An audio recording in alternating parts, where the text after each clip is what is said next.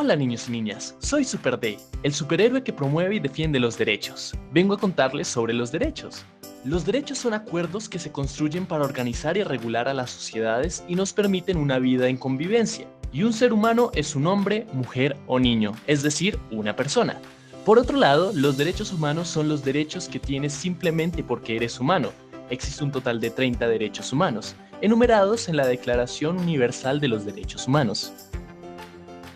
Al comienzo no habían derechos humanos, hasta que un señor llamado Ciro el Grande anunció que todos los esclavos eran libres y que la gente tenía la libertad de escoger su propia religión.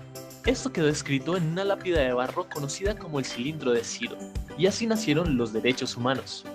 Otros hechos importantes fueron la Revolución Francesa y las palabras de Mahatma Gandhi, que insistió en que toda la gente de la Tierra tenía derechos, no solo en Europa.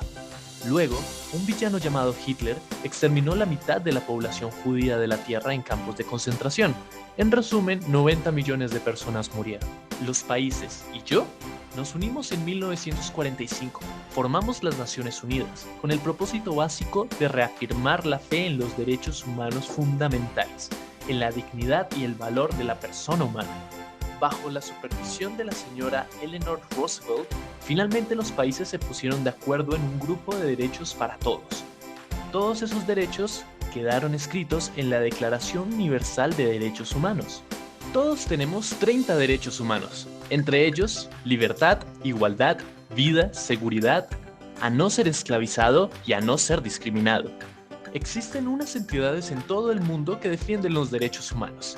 Entre ellas están la Amnistía Internacional, el Human Rights Watch, la Organización de las Naciones Unidas, o mejor conocida como la ONU.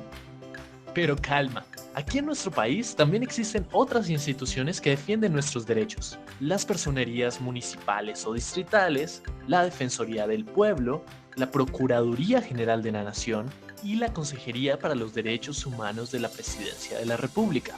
Aparte de todos los derechos humanos que tenemos, ustedes, por ser niños, son dueños de otros derechos que pertenecen solo a niños, niñas y adolescentes, que nacieron al finalizar la Primera Guerra Mundial. Por allá en 1918, muchos niños quedaron huérfanos y abandonados, y los niños en todo el mundo sufrían mucho maltrato y abusos. La Declaración de Ginebra de 1924 consideró a los niños como un grupo vulnerable que debía ser protegido para garantizar su normal desarrollo material y espiritual.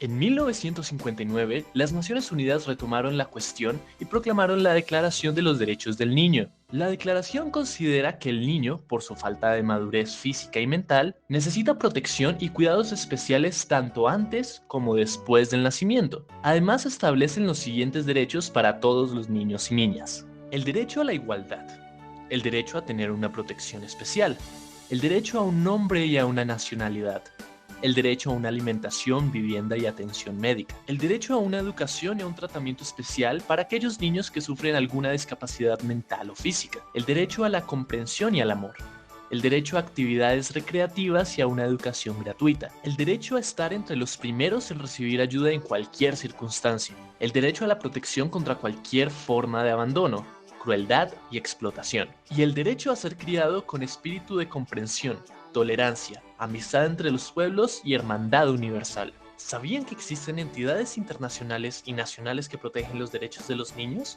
Las más importantes son UNICEF y Save the Children. En Colombia, las entidades más significativas que protegen los derechos de los niños, niñas y adolescentes son el ICBF y la Policía Nacional. Pero así como los niños y niñas tienen derechos, también tienen acciones de corresponsabilidad.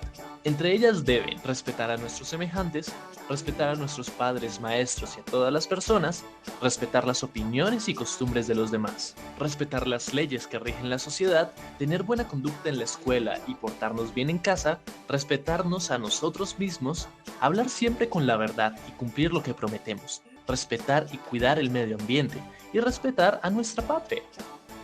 Y claro, si tienen derechos humanos por ser niños, también tienen derechos y acciones de corresponsabilidad con estudiantes de este hermoso colegio.